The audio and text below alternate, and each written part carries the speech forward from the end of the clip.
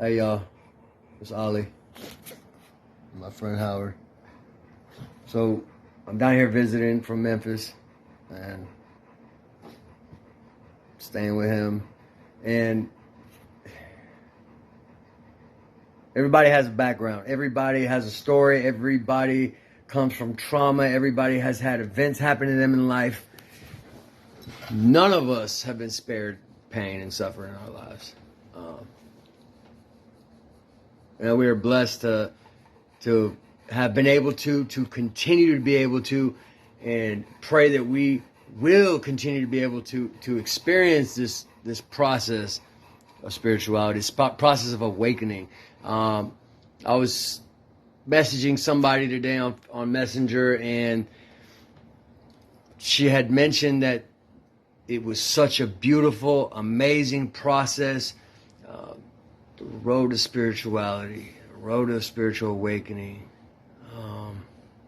And I wanted to ask Howard how he felt about that. Because although it is beautiful, it's not always beautiful. And I promise, from my experience, on the front end, it was not beautiful. It talks about dying to self daily, dying to self daily.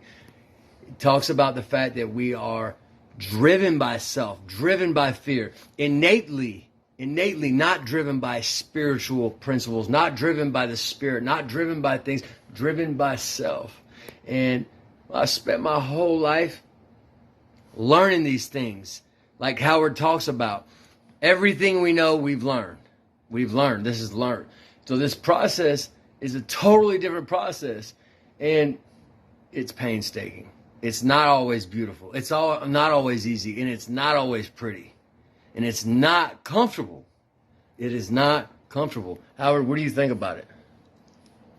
As you know, man, awakening is awakening from the slumber, right? It is.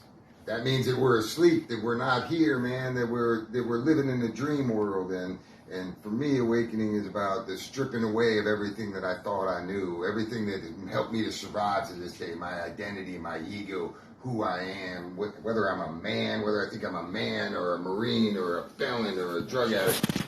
None of those things define me, man. They are what we did or who we think we are. What we are is so much deeper than that, and nobody can give that to you, and nobody can tell you. That has to be revealed, and that has to be looked within. That has to be answered from that presence which permeates every living thing that is and ever has been. The God, the consciousness, whatever you call it, that is within each and every person. It is being still and listening to that voice and quieting the voices outside of us, and just knowing, and suddenly just realizing and knowing, like, wow, my entire life has been a lie, and the only person that's been lying to me is me.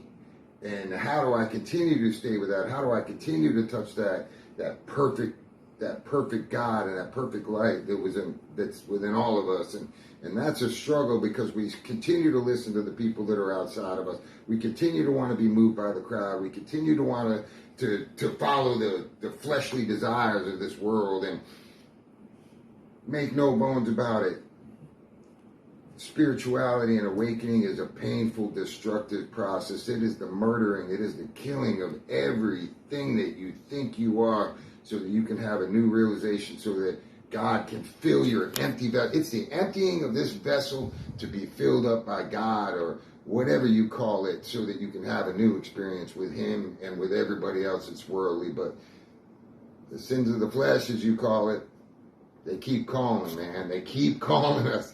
And it's a million surrenders. It's surrendering to God and then walking with Howard. Surrendering to God and then walking with Howard. And it's a lonely journey. It's a painful, destructive process. But make no bones about it, it's worth it. Love y'all.